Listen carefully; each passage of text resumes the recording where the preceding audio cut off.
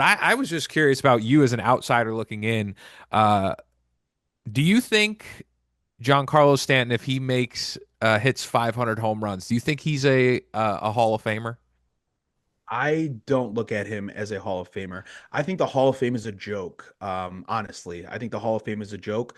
That's an entire different podcast. So if he does get in, cool. If he doesn't, I don't think he belongs in the Hall of Fame, in my humble opinion, whatever that is worth. Hmm. But I think the Hall has become a joke. Hmm. And if you're going to ask me if he deserves, I would say no. Okay. So I think I don't disagree with you that the MLB Hall of Fame or the Baseball Hall of Fame is not an issue and they have problems because I think there's probably going to be a day where they put Pete Rose in the Hall of Fame just because he just recently passed away this past year. Mhm. And I think that's an issue. As it comes to Stanton, I think the conversation then starts when he hits the 500 home runs. I think that I get why people say because when you look at the totality of his numbers, he's got a career 874 OPS, 137 OPS plus.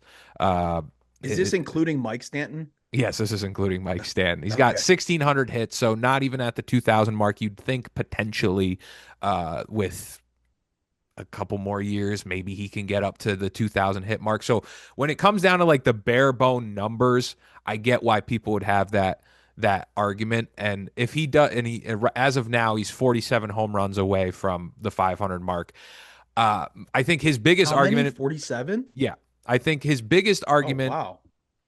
I think his biggest argument and the thing that could be in his favor is he is undoubtedly in the last decade one of the premier power bats in the sport and has been. And when you look at like the totality of and history of the game, especially barring anything we don't know, especially knowing coming off the heels of the steroid era, which I'm just going to tell you now, I am in favor. Like I want to get the steroid guys in the Hall of Fame. I have no issue with that.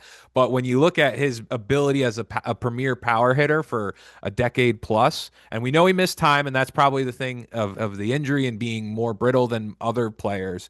But I do think that's probably his argument. If he hits 500 home runs, if he wins an or he has his MVP, if he and he's a guy that has been a power hitter for a long time. I could see why he would get in, but then also at the same time, I'm not going to discourage others for saying he's not a Hall of Famer. That's kind of the way I look at it. And then I think him, I mean, I would love it because I'm a Yankee fan. If they win a World Series, that's another thing on his resume and like also too if you want to add in the postseason heroics, that's Mhm. another thing to be talked about. But I was just coming off that quote, I was just curious what you would think as a non Yankee fan, but maybe that's just my biased lenses being on. Yeah, I just have cared my how much I care about the Hall of Fame has dramatically dropped over the last Okay. 5, 10 years. As far Talk as like about the looking at, football Hall of Fame with Belichick not getting in and all that stuff. I think it's all yeah, Hall of yeah, Fames. I think that's another podcast in itself. It's just about who's in charge. Rob, if it's up to me, it's players, managers, and people in the game that should vote. These Hmm. writers, O'Shaughnessy, that nerd, and all these other guys who have gripes with players because they weren't nice to me in the dugout and when I'm in the media because I asked them a stupid question.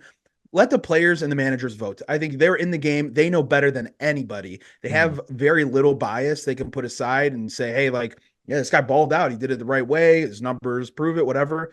I would say let the players vote. I'm not big on the baseball writers. I can't stand them, if we're just being honest. Fair enough, man. Yeah, yeah. I mean, Stanton, great dude. What didn't he? What was that? He won a MVP for the ALCS, right? That's another like, Yeah, ALCS 2024, and then he yeah, also had his MVP with the Marlins. I would yeah. be. I mean, I think it was funny when people were talking about which cap he would wear going into the hall. I'm just oh like, my we're a God, ways away yeah, because when you look at the rest of the numbers and how he impacts the game, it really is it is unfortunate that he gets hurt as much as he did because I don't think people give him enough credit as a defender before when he was playing in Miami and then also like he holds his own. He's not a gold glover by any stretch, but I think he holds his own in the outfield and it's the it's the hand he's been dealt when being such I don't know, ripped dude that he's just tearing hamstrings and doing all this. It's very unfortunate. Now he's got the tennis elbows that are hopefully good. They said that coming in the spring, but I think it's unfortunate. I could see it go either way. Is kind of the way that I look at it. If he hits five, I mean, the conversation starts if he hits 500 home runs because that's sort of that's the thing that's the hat that needs to drop to really Mm. have that facilitated. At least that, and maybe Perrin if they win the World Series by the time he's in. But I mean, he's only got I think 3 or 4 more years on that contract, so we'll see. We'll Do you see. He's have got to his stay stats up? healthy. Hmm? Yeah. Do you have his stats up? I'm just curious at his career stolen bases. Just curious Let's see. Let's see. Let's if see. it made it to double digits. Yes, it did. It is in his 16 years, which is crazy to think. He has a total of 42 stolen bases. All right, 42, 50 and 500. That's the goal.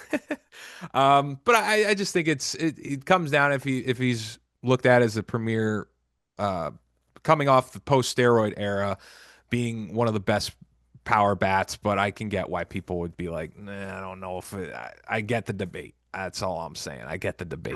How is he received in New York by the media? Oh, Is he beloved? for a while, he was a lot of shit was talked, and I'm on the pro Stanton, you know, side of things because I think, and other than I can't defend him about the injuries, I admit that, but I think that I would have liked back in the day. I guess this is another podcast too of I wish they signed Bryce Harper and also traded for Giancarlo Stanton because they're the goddamn Yankees. But when it Mm. comes to the media, for a while following like 2018, 2020, 2021, those seasons to begin in like the regular season when he wasn't playing as much as they'd want him to, there was a lot of shit being talked in the media. But then he shut them up a little bit in the 21 postseason or 2020 postseason and the COVID year. And then he was the only guy who performed in that wild card game against the single wild card game against the Red Sox. And then 2022, he performed pretty well in the postseason. And then like 2024, it's one of the greatest. I'm sad that they lost, but I mean, that was objectively one of the greatest postseason individual performances that you will ever see in the history of baseball. Like I Yeah. just think it was every time he got up to the plate, he hit a home run. It was in the Mm. biggest moments too. So I mean that can also be an argument, but I think people have largely shut up about it because he performed in the postseason, but they may tie it back to, oh well, we should have still signed Harper or signed Machado instead of trading for him, and that's kind of the way they do it. I personally hold postseason stats to a higher regard, I Hmm. think, than some people.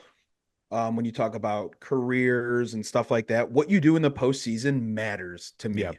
That Yep. matters a lot to me Hmm. of how well you perform on the biggest stage when the lights are brightest. I think that says a lot about a player. And I just hold a lot of regard to that. So if you perform in the postseason when it matters the most, that means a lot to me. Yeah.